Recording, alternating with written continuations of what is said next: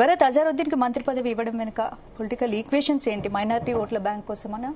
మనం 2 days బ్యాకే analyse చేసాం. Minority vote ఎంత కీలకం, ఎట్లా ఉంది, ఎస్పెషల్లీ ముస్లిం ఓటు ఇక్కడ చాలా క్రూషియల్ ఫ్యాక్టరు. కాంగ్రెస్ గెలవాలన్నా ఓడిపోవాలన్నా డిసైడ్ చేసేది ముస్లిం ఓటే అని మనం చెప్పాం. 4,01,000 ఓట్లు ఉన్నాయి జూబ్లీహిల్స్ లో. 1,20,000 ఓట్లు మైనారిటీ, ముస్లిం మైనారిటీ. మైనారిటీ అంటే ముస్లిం మైనారిటీ, సిక్కులు, జైన్లు, తర్వాత క్రిస్టియన్స్ అందరూ ఉన్నా సరే ఎక్కువ మెజారిటీ 1,20,000 ఓట్లు. అందులో దాదాపు 20% ఓట్లు ముస్లింల ఓట్లు మనకున్నాయి. సో మొన్నటి వరకు ఒక ఆలోచన చేశారు. అజారుద్దీన్ లాస్ట్ టైం క్యాండిడేటు, కానీ 17,000తో ఓడిపోయినారు. నిజానికి అజారుద్దీన్ ఇక్కడ మాగంటి గోపీనాథ్ చనిపోగానే మళ్ళీ తిరగడం స్టార్ట్ చేశారు. జూబ్లీహిల్స్ ఆయన వదిలేశారు, ఎన్నికైన తర్వాత పెద్దగా వదిలేశారంటే పూర్తిగా తిరగలేదు, కాన్సన్ట్రేట్ చేయలేదు. ఆ తర్వాత మళ్ళీ స్టార్ట్ చేశారు. స్టార్ట్ చేసిన తర్వాత పార్లమెంట్ నడుస్తున్న సమయంలో ఆయన ఒక దశలో టికెట్ నాకే అని కూడా డిక్లేర్ చేశారు. ఆయన తిరిగాడు, నవీన్ యాదవ్ తిరిగాడు, ఇంకా చాలా మంది, బొంతు రామ్మోహన్, చాలా మంది తిరగడం స్టార్ట్ చేశారు. తిరగడమే కాకుండా అజారుద్దీన్ వెళ్ళి ఢిల్లీలో సోనియా గాంధీ, రాహుల్ గాంధీని పార్లమెంట్ సెంట్రల్లో కలిసి ఫోటోలు పంపించారు. సో ఆబ్వియస్లీ ఇప్పుడు జూబ్లీహిల్స్ లో సిట్టింగ్ మొన్న పోటీ చేసింది అజారుద్దీన్. బై ఎలక్షన్ వస్తే రాష్ట్ర నాయకత్వం ఏమనుకున్నా సరే అజారుద్దీన్ లాంటి స్థాయి వ్యక్తి వెళ్ళి నాకు అసెంబ్లీ టికెట్ ఇవ్వండి అని అడిగితే ఇస్తుంది కదా హైకమాండ్, ఇవ్వకుండా ఉండదు కదా. ఎక్కడో 2009లో ఉత్తరప్రదేశ్ లో మొరాదాబాద్ నుంచి టికెట్ ఇచ్చింది ఆయనకు పార్లమెంట్. 2009లో ఉత్తరప్రదేశ్ లో మొరాదాబాద్ నుంచి, అక్కడ ముస్లిం పాపులేషన్ ఎక్కువ కాబట్టి అక్కడ వెళ్లి గెలిచారు అజారుద్దీన్.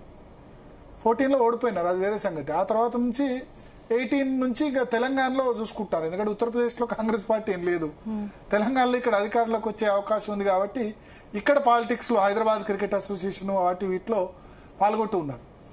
సో బై ఎలక్షన్ లో ఎక్కడ అజారుద్దీన్ కి టికెట్ ఇవ్వాల్సి వస్తుంది, రాష్ట్ర నాయకత్వం ఏం చెప్పినా నేనే సిట్టింగ్, నేను 17,000తో ఓడిపోయినా, మిగతా హైదరాబాద్ లో ఉన్న వాళ్ళంతా 40,000, 50,000తో ఓడిపోయినారు, నేను తక్కువ ఓట్లతోనే ఓడిపోయినా అని అజారుద్దీన్ అంటాడు. అని చెప్పి రాష్ట్ర నాయకత్వం ఏం చేసిందంటే తెలివిగా ముందే ఎమ్మెల్సీ సీటు ఆయన పేరు ఖరారు చేసింది. కోదండరాము ప్లస్ ఇంకొక వ్యక్తి ఉండే, ఇద్దరిది ఉంటే సుప్రీంకోర్టు కొట్టేసింది దాసో శ్రవణ్ వేసిన కేసు మీద. సో మన దాసో శ్రవణ్ కూడా పీసీఆర్ లైన్ లో తీసుకునే ప్రయత్నం చేద్దాం. అజారుద్దీన్ సంబంధించి మైనారిటీ కోటా మీద పీసీఆర్ గాని రాధాకృష్ణ గాని ట్రై చేయండి. దాసో శ్రవణ్ కేసు వేయడం వల్ల కోదండరామ్ది, మైనారిటీ ఎమ్మెల్సీ ఇద్దరిది కూడా పదవి ఎగిరిపోయింది సుప్రీంకోర్టులో. అది రైట్ టైం గా భావించి రేవంత్ రెడ్డి ఏం చేశారంటే కోదండరామ్ని మళ్ళీ రీనామినేట్ చేస్తాం, ఆ ఇంకో ఎమ్మెల్సీ బదులు అజారుద్దీన్ ని నామినేట్ చేస్తున్నాం అని చెప్పి మంత్రిమండలి తీర్మానం చేసి గవర్నర్ దగ్గరికి పంపింది. ఇప్పుడు గవర్నర్ దగ్గరికి పంపారు కానీ గవర్నర్ ఆమోదం తెలపలే, ఇంకా ఎమ్మెల్సీ కాలేదు ఆయన. ఎందుకంటే గవర్నర్ దాన్ని ఆపి ఉంచారు ఫైల్ను. ఒక భావన ఏంటంటే ఇప్పుడు గవర్నర్ అంతకుముందు పాడి కౌశిక్ రెడ్డి నామినేట్ చేస్తే, కేసీఆర్ నామినేట్ చేస్తే గవర్నర్ తమిళిసై సౌందరరాజన్ రిజెక్ట్ చేశారు. నువ్వు పొలిటీషియన్ ను ఎట్లా నామినేట్ చేస్తావు, రాజకీయ నాయకుడు అతను, గవర్నర్ కోటా అంటే కళలు, సాంస్కృతికం, స్పోర్ట్స్ ఇట్లా ఏదో ఒకటి ఉండాలి. సో అజారుద్దీన్ స్పోర్ట్స్ కోటా కింద నామినేట్ చేశారు. గవర్నర్ ఇష్టం, యాక్సెప్ట్ చేస్తే చేయొచ్చు, గవర్నర్ కోటా కాబట్టి యాక్సెప్ట్ చేస్తే చేయొచ్చు, రిజెక్ట్ కూడా చేయొచ్చు. స్పోర్ట్స్ కోటా అంటారు కానీ ఆయన ఆల్రెడీ మొన్న కాంగ్రెస్ అభ్యర్థిగా పోటీ చేశాడు అని కారణం చెప్పొచ్చు. ఇప్పుడు దాసో శ్రవణ్ ఏ కారణంతో రిజెక్ట్ చేశారు? అప్పుడు దాసో శ్రవణ్ ఆయన సినిమా నిర్మాత, ఇంకా సినిమా నిర్మించారు అని చెప్పినా సరే తమిళిసై రిజెక్ట్ చేసింది ఆయన రాజకీయ నాయకుడు అని చెప్పి. సో అజారుద్దీన్ కూడా ఇప్పుడు రాజకీయ నాయకుడు అని రిజెక్ట్ చేస్తే, అయితే రాష్ట్ర ప్రభుత్వం స్పోర్ట్స్ ప్లేయర్, క్రికెట్ ప్లేయర్ అని చెప్తారు.